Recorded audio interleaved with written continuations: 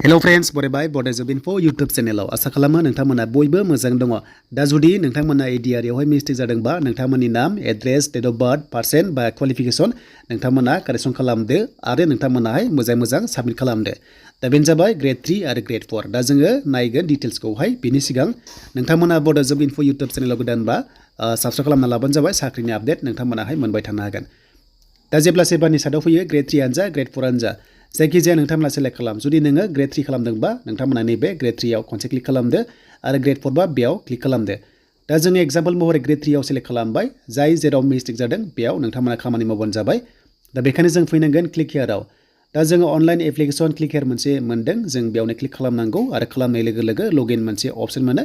बे लगिनाव क्लिक खालामदो। दा लगिनाव खालामनाय लोगो लोगो नोंथांमोननि आइडि खौ होनानै नोंथांमोनाहाय लगइन खालामदो आरो जुदि खायसेना जुदि आइडि गोमादोंबा फरगटआव क्लिक खालामा बेबायदि ओंखारगोन। जेरै फन नाम्बारखौ होदो, बार्थडेखौ होनानै साबमिट खालाम।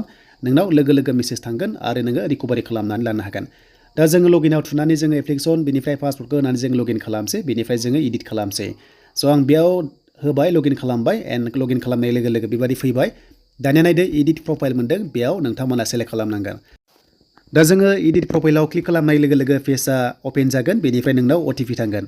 जाय फन नाम्बारा रेजिस्टार दङ बेयाव OTP थांगोन आरो बे OTP खौ होनानै नोंथांमोनाहाय भेरिफाइ खालामनांगौ। दा बेयाव आंनियाव फैबाय।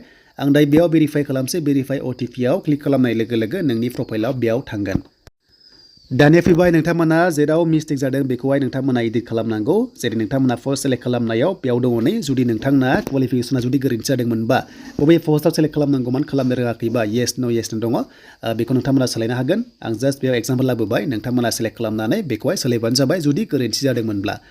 देन बेनिफ्राय फैबाय गाहायाव नोंथांमोननि माखासे डिटेल्स थागोन। जेरै नोंथांमोननि नाम, एड्रेस, बेनिफ्राय नोंथांमोननि जेन्डार बा नोंथांमोननि माखासे डिटेल्स दङ। दा बेखौहाय जुदि गोरोन्थि जादोंबा नोंथांमोना चेन्ज खालाम। बेनिफ्राय मोनसे गोदान आपडेट बेयाव फैदों। दा बेयाव do you want to change registrar number of employment exchange of Assam. बेवहाय ओरैबायदि मोनसे बाथ्राखौ होनदों जे बिथांमोना जुदि सोरबाफोर एमप्लयमेन्ट एक्सचेन्ज नाम्बारखौहाय सोलायनो गोसो दङबा बेयाव सोलायनो हागोन बेखौ बुंदों। बाट जोंहा ओरैबायदि कन्डिसन जे जोङो सोलायनांगौनि गोनांथि गैया। दा मानि थाखाय सोलायनांगौ बे जेबो नङा। नोंथांमोना जेबो सोलायनाङा। जोंनिया भेलिडिटि दंखायो। थांनाय बाराव ADRE एप्लाइ खालामदों 3 इयार्स नोंथांमोनाहाय दङ, एक्टिभ दङ आरो नोंथांमोना नायबानो जाबाय। जुदि आपडेट खालामनांगौबा नोंथांमोना क्वालिफिकेशन बा जायखिजाया आपडेट खालामनांगौबा नोंथांमोना आपग्रेड खालामनांगोन। नाथाय नोंथांमोना दायो बेखौहाय न' होनांगोन जायफ्रा अके दंखायो।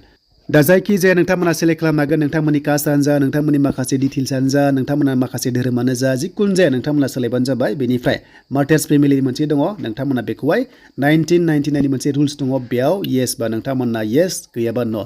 दा आं बेयाव न' होबाय मानोना बेनि नङा। हमना ला आसाम पाब्लिक सार्भिसनि नङा।